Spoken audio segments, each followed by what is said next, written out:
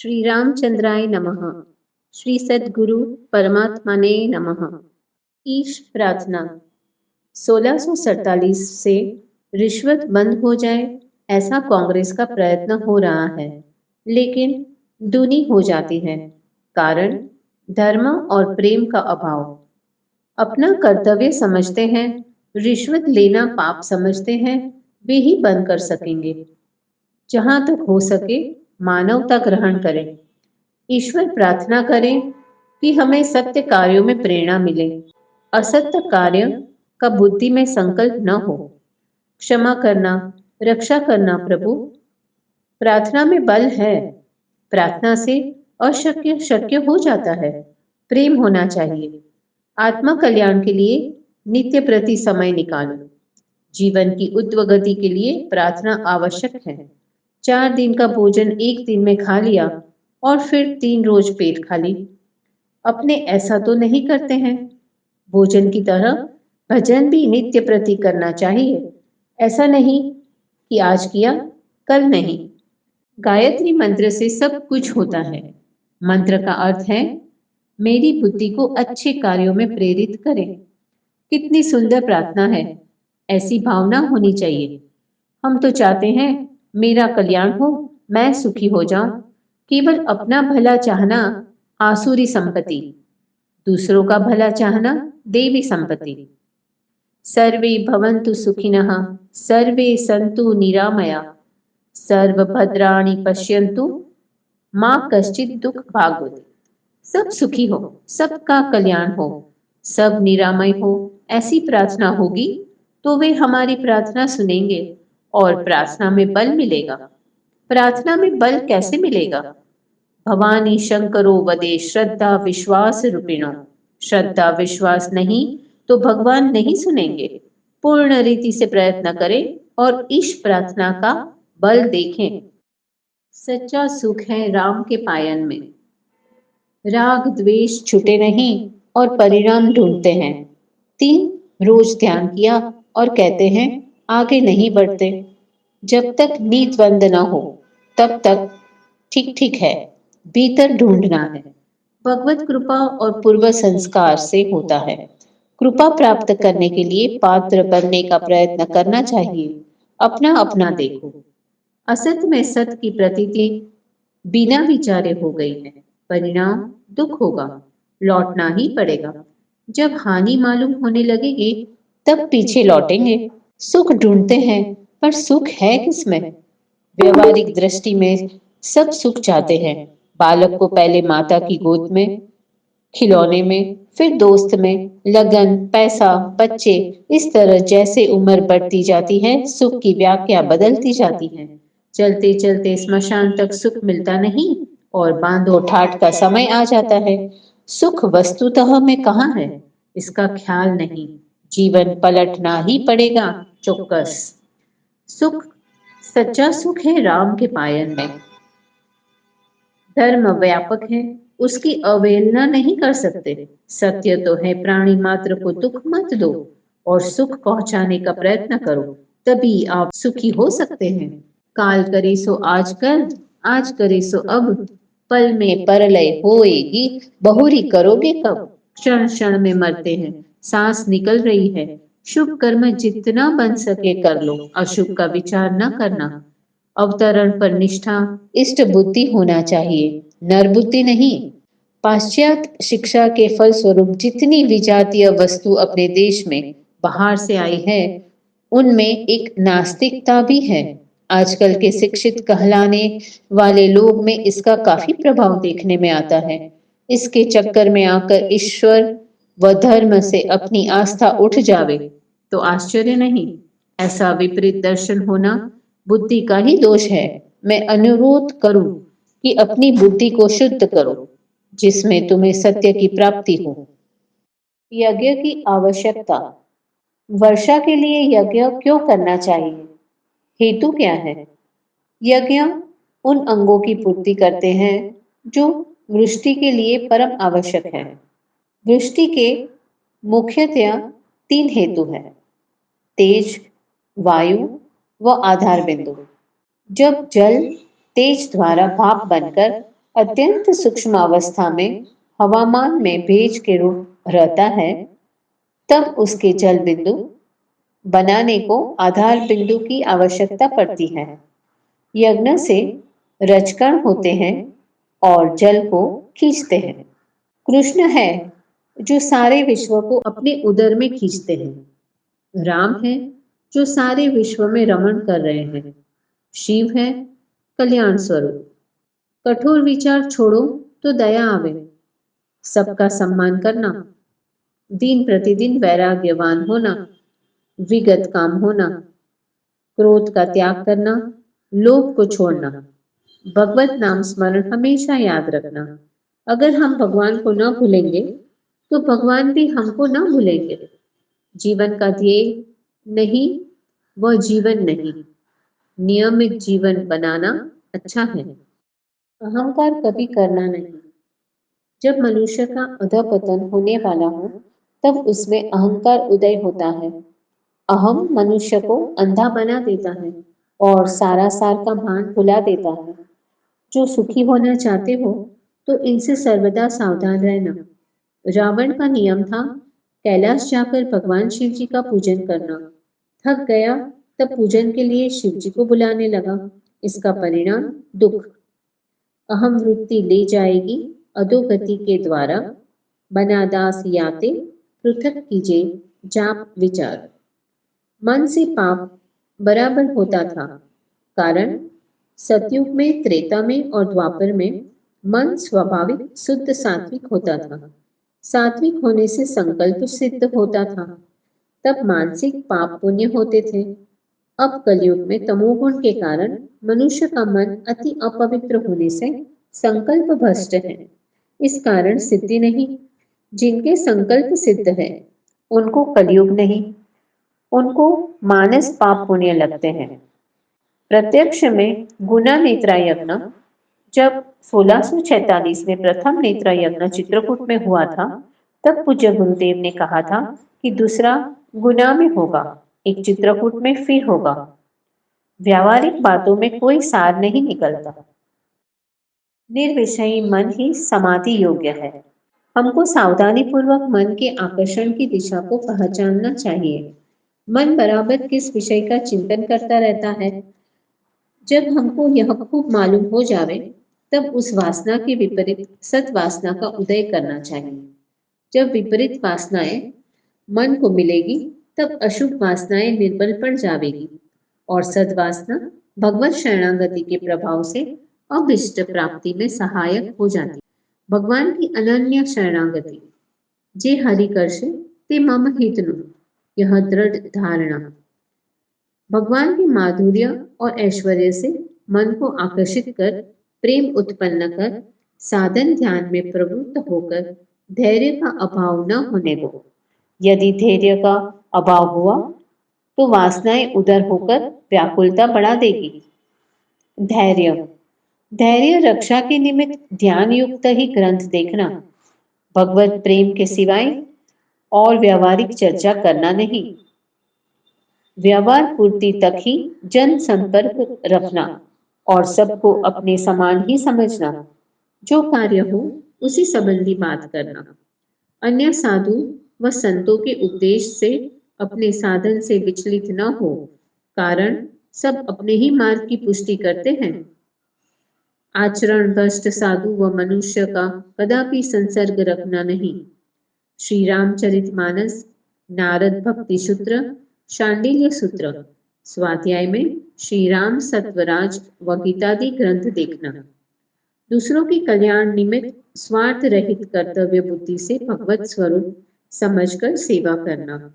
सेवा दुखी जन को जैसी सहायता चाहिए देना, गरीब को अन्न वस्त्र देना, रोगी को दवा व द्रव्य देना, परिचर्या करना, अनाथ विद्यार्थी और बालिकाओं को सहायता देना।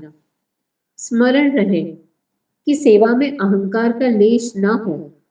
अहम से तुष्टि न होकर अभिमान होगा। ऐसी सत्य निष्काम सेवा से तुमको एक अनुपम दृष्टि का अनुभव होगा और उस दृष्टि व भगवत शरणागति भगवत कृपा के प्रभाव से वासनाएं निर्बल पड़ नष्ट हो जाती है। वह साधन की रुचि में विकास होता है जो तुम्हारे श्रेष्ठतम साधन मार्ग में एकाग्रता में नवीन उत्साह व प्रवृत्ति करने में सहायक होती है। फलतः निराशादि बाधाओं से सर्वदा मुक्त होकर लक्ष्य की प्राप्ति कर पूर्ण सुखी होंगे। परलोक प्राप्ति के लिए भगवत भजन सर्वोपरि साधन है। दीर्घ जीवन को ब्रह्मचर्य सर्वोपरि साधन है।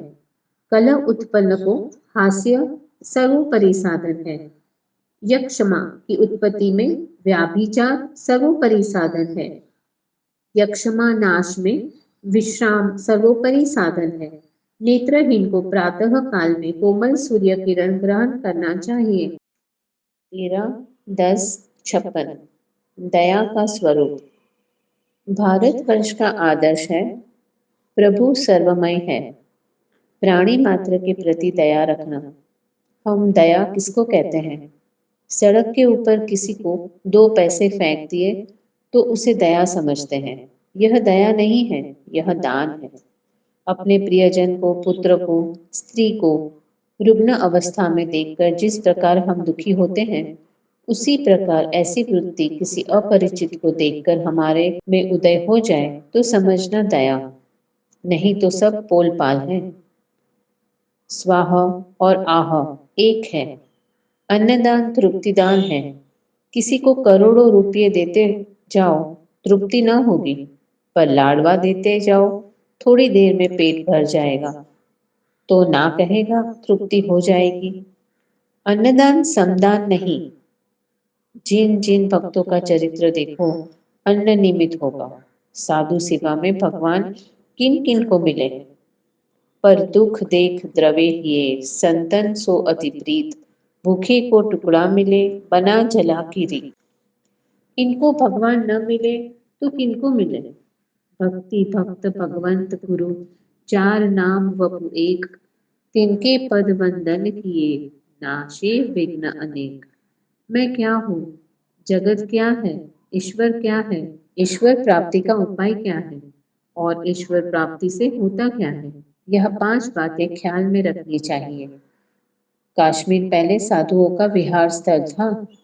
मंगलवार 16-10-56 माला फेरत दिन गए मिटा न मन का फेर, कर का मन का छोड़कर मन का फेर। 5 मिनट नेत्र बंद करके भगवत स्मरण करें। सोचे भगवान मेरे सामने ही है, मैं शरीर नहीं हूँ, यह सोचे तो उत्तम। प्रश्न, भगवान सबके हृदय में है तो फिर जीव दुखी क्यों? पूज्य गुरुदेव, भगवान किसी को दुखी देखना नहीं चाहते। यहाँ जो सब बैठे हैं विचार करें कि भगवान में अपने कितने हैं। यह है आपके प्रश्न का उत्तर। भगवान में एक आने का 1000वां हिस्सा भी अपने नहीं है। प्रश्न, भगवान ने सृष्टि क्यों बनाई? पूज्य गुरुदेव, आपके प्रश्न का उत्तर नहीं दे सकता, कारण भगवान का अभिप्राय विधान जानने के लिए मनुष्य की बुद्धि मर्यादित है। मैं अपने लिए कहता हूँ, शास्त्रियों की बातें अलग हैं। यह सब प्रश्न छोड़कर अपने भगवान में ज्यादा होने का प्रयत्न करें। सृष्टि की बात को छोड़कर हम क्यों और कैसे बने यह सोचें। इस एक में समष्टि बनी हुई है। यह उत्तर आपके प्रश्न का है। शास्त्रार्थ करने वाले कहेंगे भगवत नाम ऐसा, साक्षात्कार ऐसा, ब्रह्मनिष्ठ ऐसा इत्यादि। नाम जपत कन्या भली। अगर पुत्र पात्र न हो और पुत्री सुपात्र हो, भगवत भक्त हो तो अच्छा है। नास्तिक पुत्र से आस्तिक पुत्री अच्छी। पुत्र यदि प्रभु भजन न करे, आदर्श जीवन व्यतीत न करे, तो उनसे पुत्री अच्छी। सुंदर शरीर होए, महारणधीर होए, वीर होए भीमसो, लड़वैया आठे याम को, गरवा गुमान होए, बड़ो सावधान होए, और शान होए साहबी प्रताप पुण्य धाम को। बनादास बासत जुगवा महीप होए, दीप होए वंश में जनैया सुखधाम को, सर्व गुण ज्ञाता हो और दूसरो विदाता होए। अगर हरि भक्त न हो तो हमारे किस काम को? मन, वचन, शरीर से कपट छोड़कर व्यवहार करना। किसी का द्रव्य हरण करने में चतुरता समझते हो तो यह ठीक नहीं, दंभ है। तुलसी परतन मन हरन को वेश्या परम प्रवीण। प्रारब्ध भोग तो मिलेंगे, निश्चित है। फिर दूसरे के धन की इच्छा क्यों करना? देवी संपत्ति प्राप्त करके प्रभु के पास जाने का प्रयत्न करें। ब्रह्म का जो गुणधर्म है हमारे में किस तरफ आवे, उसके लिए प्रयत्न करें। आसुरी संपत्ति का त्याग। आसुरी संपत्ति है काम, क्रोध और लोभ। इनका त्याग करो। एक आ जाए तो सब आसुरी संपत्ति आ जाती है। मुनि विज्ञान निधान, मन कर ही निमेश, महत शोभ। नारद जी उदाहरण है। पहले लोभ आया, लोभ से मिथ्या, असत्य और चोरी आ जाते हैं। लोभी अवश्य चोरी करता है और झूठ बोलता है। लोभ की यह पतन अवस्था, झूठ और चोरी करवाई। लोभ आया, वहां काम उत्पन्न हुआ। काम आया, वहां और दो दुर्गुण आए, अशोचता और ब्रह्मचर्य का नाश। जब तक आदि शुचि सूची कर्म कुछ नहीं होते, अशौचता। काम के मनोरथ की सिद्धि न हुई, तब क्रोध उत्पन्न हुआ। क्रोध आने से स्मृति की भ्रांति और हिंसा होती है। अर्थ की असिद्धि तब हिंसा। नारद जी ने रुद्र ग्रहण को श्राप दिया। हो निशाचर जाए तुम कपटी पापी दो। स्मृति की भ्रांति, क्रोध के वश में भगवान को भी श्राप दे दिया और कटु वचन सुना दिए। इसीलिए यह तीनों काम, क्रोध और लोभ का त्याग करना चाहिए। मुनि तो ज्ञानी थे, साधारण मनुष्य की क्या स्थिति होवे। धरा न काहू धीर, सबके मन मसीच करे हरे। जे राखे रघुवीर, सो उबरे ते ही काल मह।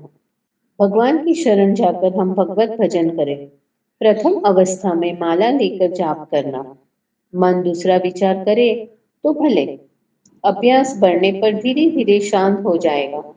जाप बढ़ने पर फिर मन लगने लगेगा। विचार युक्त माला फेरना, बिना विचार से परिणाम नहीं निकलेगा। दुष्कर्म का संकल्प नहीं करना। यदि कर्मानुकूल बन जाए तो तत्काल उसी समय प्रायश्चित करना, पश्चाताप करना। हे प्रभु दीन बंधु, यह दुष्कर्म मेरे से कैसे हुआ? प्रेरणा देना प्रभु, मेरे से ऐसे बुरे कर्म न हो। प्रभु जरूर सुनते हैं। ऐसा न करना अहम ब्रह्मास्मि। यह वैरागी का काम है। बराबर रोकर हृदय से भगवान को अशुभ कर्म पश्चाताप करते हुए अर्पण करो। शुभ कर्म अर्पण करते समय प्रार्थना करो कि भगवान आप ही की प्रेरणा से यह हुआ। शुभ कर्म के लिए सदैव प्रेरणा देते रहे, हमको निष्पाप करें। उनकी प्रतिज्ञा है, दुराचारी से दुराचारी भी स्नेह पूर्वक आराधना करे तो उत्तम महात्मा हो जाता है। सद्भाव होता है तो अपनी प्रतिज्ञा अवश्य पूरी करते हैं। तुम्हारे पापों का नाश करके मोक्ष देते हैं। निष्कर्ष यह है कि हम में वैराग्य नहीं, तब तक भगवत शरणागति लेना ही चाहिए। जिनके लिए यह रुपया खोटा हो जाए वह भाग्यवान है। रुपया जल्दी ही अपने स्वरूप की भी स्मृति कराता है, धैर्य छुड़ाता है, उत्तेजना मिलती है। धन्य अहो रुपया जग में, तुम्हारे बल से खल जात मुटाई। ब्राह्मण हूं तो ही माथ नमावत, जाय अधर्म करे मन लाई। रुपया के रहे दिल मस्त रहे, रुपया के रहे सब होत भलाई। हे रुपये एक तेरे बिना, पितु मातु कहे सुत जाहु बिलाई। संग दोष। साधक को संग दोष से बचना चाहिए। कितने भी परमार्थ दृष्टि के कार्य में पड़े तो भी पीछे पड़ जाते हैं। गोवर्धन भाई प्रत्यक्ष प्रमाण है। 15 रोज पहले के पत्र से मालूम पड़ा कि खूब भजन में आगे चले हैं। और अब आज की स्थिति, भगवान की माया प्रबल है। क्या न करे, जो न करे वह आश्चर्य। जो हुआ सो हुआ, ध्यान रखें। ऐसी अवांछनीय घटना में भाग न लेना, नहीं तो ऐसा होगा कि ध्यान छूट जाएगा जिसमें कोई प्रयोजन न हो। भाग न लेना। मन विक्षिप्त होता है और घटनाओं के संस्कार ध्यान में आते हैं। संस्कार पड़ते जल्दी हैं पर मिटाने में देर लगती है।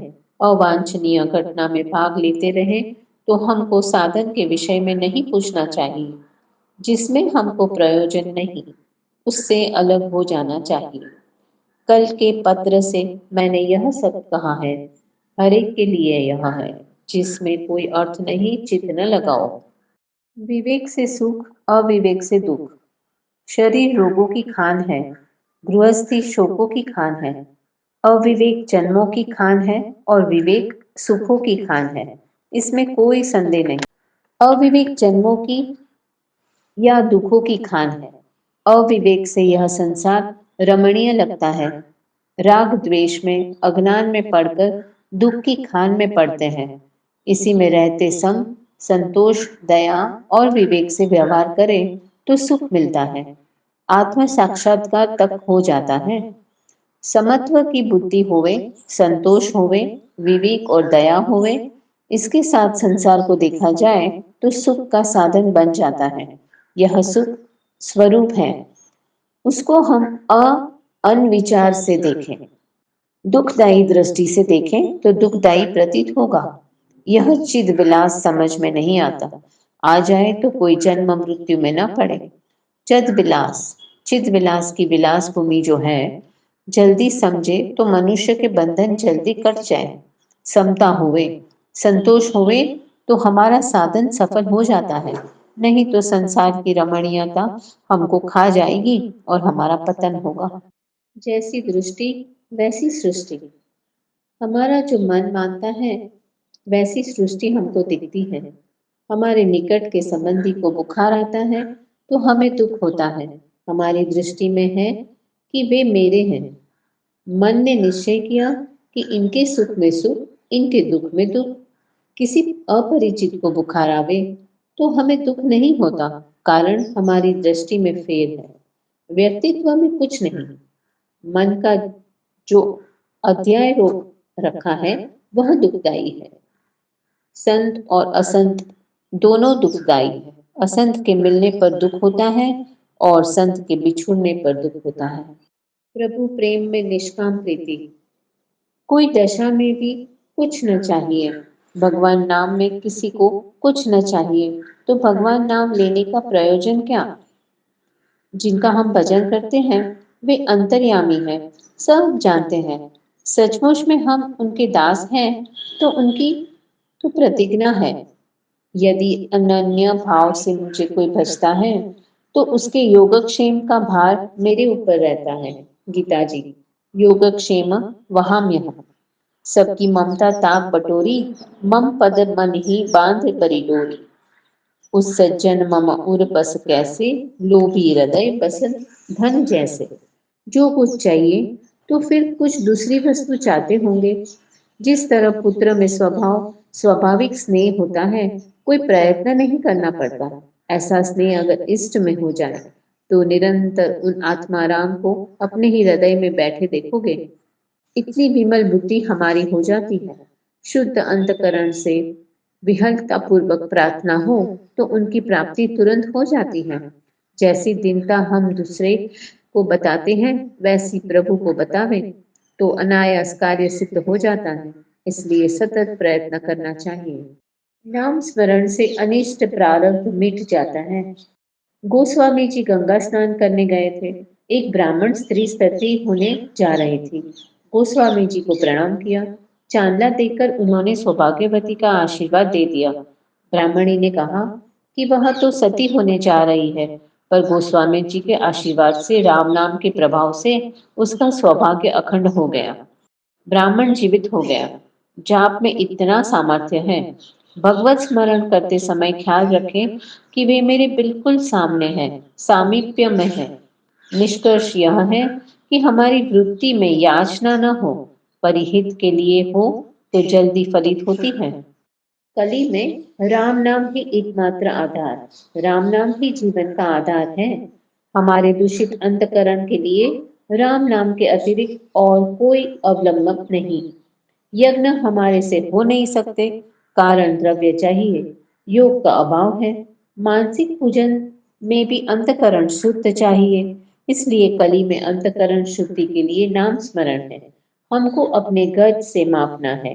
प्रेम से नाम जपो, विचार रहे कि हमसे कोई दोष न हो, तो जल्दी फलित होता है। जिससे हमारे विचार बिगड़े, ऐसा संग, आचार, व्यवहार न हो। माताएं सहनशील और उदार बने। शरद पूर्णिमा और रास का हेतु। गुरुवार रात्रि को 10:30 बजे, 18/10/56। आज शरद पूर्णिमा है। हमारे यहाँ उत्सव होता है। रास करने की यह रात्रि। हेतु क्या? कारण क्या? रास हुआ था श्री कृष्ण भगवान का अखंड ब्रह्मचर्य बताने के लिए। कामदेव विचारवान का कुछ नहीं बिगाड़ सकता। श्रीमद् भागवत के 10वें स्कंद का 14वां अध्याय देखो। ब्रह्मा जी ने श्री कृष्ण भगवान की स्तुति की है। एक बार नारद जी ने इंद्र की सभा में कहा कि मैं वृंदावन में श्री मदन मोहन जी के दर्शन करने जा रहा हूँ। यह सुनकर मदन, कामदेव को गर्व हुआ कि मैं ही तो सारे विश्व का मोहन करने वाला हूँ। यह मुझे मोहन करने वाला कौन है? कामदेव ने गर्व के साथ नारद जी से कहा, मुझे कोई परास्त नहीं कर सकता। तब नारद जी ने कहा, भगवान तो करोड़ों कामदेव के समान सुंदर है। कामदेव वृंदावन में भगवान को ढूंढने गया। भगवान श्री कृष्ण ग्वाल बाल के साथ खेल रहे थे। कामदेव का भी श्याम स्वरूप था। बालक आश्चर्य में पड़ गए कि क्या यह श्री कृष्ण का दूसरा स्वरूप है? तब भगवान ने कहा कि यह कामदेव है। कामदेव ने पूछा, मदन मोहन किसका नाम है? भगवान ने कहा, मेरा। तब उसने भगवान से कहा, या तो मदन मोहन कहलाना छोड़ दीजिए या मेरे साथ युद्ध कीजिए। भगवान ने युद्ध के लिए शरद पूर्णिमा की रात्रि नक्की की। रास पंचायती मदन के एक एक बाण है। एक एक अध्याय में एक एक बाण का नाश समझाया है। कामदेव के 5 बाण होते हैं। शरद पूर्णिमा आ गई। कामदेव का प्रथम बाण चला भगवान पर। भगवान के मन में क्षोभ हुआ। शरद पूर्णिमा की रात्रि को मदन के साथ युद्ध करने की याद आई। ये यमुना तट पर पधारे और बंशी बजाने लगे। कामदेव ने दूसरा बाण बंशी पर चलाया। बंशी के अंदर से राधा, ललिता आदि गोपियों के नाम निकलने लगे। नाम सुनते ही सब गोपियां वहां आ गई। मदन का तीसरा बाण चला। भगवान ने गोपियों को रास खेलने के लिए कहा। उन्होंने अनेक रूप ले लिए। अपना स्वरूप हर एक गोपियों के बीच में रख दिया और स्वयं सबसे अलग बीच में रहे।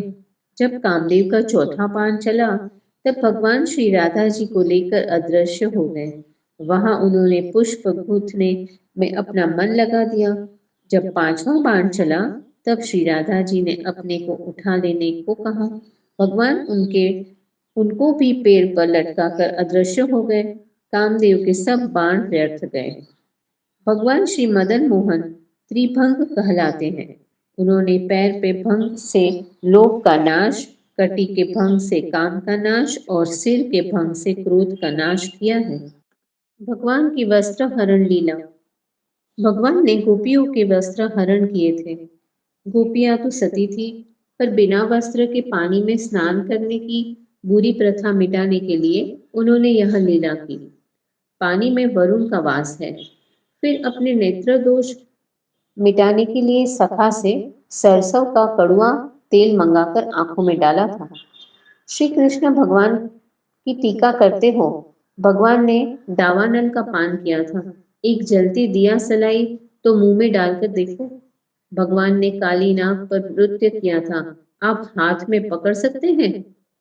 वे तो है सर्वेश्वर प्रभु कि जिन्होंने पद पद पर पाप, पाखंड और दुष्टता का नाश किया। दीन और दुखियों के आधार, गीता जैसे ग्रंथ के गायक, उनके लिए क्या कहें। वे तो सच्चिदानंद परमात्मा प्रभु हैं। अंतकरण की शुद्धि। शुक्रवार सवेरे 7 बजे, 16/10/56। दुष्कर्म का क्षय हो तब अंतकरण की शुद्धि होती है। अशुभ का उदय होने पर सात्विक मनुष्य में भी तमोगुण उत्पन्न होता है और वैसा ही उद्योग करने लगता है। ईश्वर केवल अंतकरण की शुद्धि चाहते हैं। जब अंतःकरण शुद्ध होता है तब उनकी प्रेरणा मिलती है। निष्कर्ष यह है कि अंतःकरण शुद्धि बिना कुछ होता नहीं। ईश्वर में सत्ता है, एक क्षण में पापात्मा को पुण्यात्मा बना देते हैं, एकदम जीवन में परिवर्तन होता है। लेकिन इस कृपा, गुरु कृपा तब हुए कि जब हमें हमारे व्यक्तित्व में कुछ सार हो, पात्रता हो। जो शरणागति हुए तो कुछ बात ही नहीं रह जाती। यथार्थ सुख आंतरिक शांति में है। संसार की सुख तो क्षणिक है। आत्मा का परमात्मा से घनिष्ठ संबंध है। बुखार आने पर ओ आवाज करता है। सोचा आवाज क्यों करता है? अंतरात्मा जानता है कि दुख नाश के लिए परमात्मा रक्षक है। ब्रह्म की क्रिया अहेतुक होती है। इस तरफ विश्व की रचना की और उधर लय किया। शुभाशुभ का बंधन तब नहीं रहता जब यह निश्चय होता है कि जो होता है प्रभु की इच्छा से होता है। नम्रता हमारे में तब आवे कि जब हमारे में सबके लिए भातृभाव उदय हो। आज की शिक्षा, व्यवहार, जीवन सब कलुषित, पहले ऐसा नहीं था। ज्यों ज्यों आयु बढ़ती जाती है त्यों त्यों निद्रा घटती है। सवेरे जल्दी उठना, भगवत स्मरण करना, सूर्योदय और सूर्यास्त के समय कभी न सोना। जल्दी उठने से साहस, स्फूर्ति रहती है, स्वास्थ्य अच्छा रहता है। कम से कम 6 घंटा सोना चाहिए। प्रातःकाल की वायु बल देती है और बिना औषधि रोग चले जाते हैं। जहाँ जन्म हुआ, जहाँ पोषित हुए, वहाँ की जलवायु ज्यादा अनुकूल रहती है। भोजन, संयम, नियमित जीवन, व्यायाम करें तो रोग न आवे। जय सिया राम।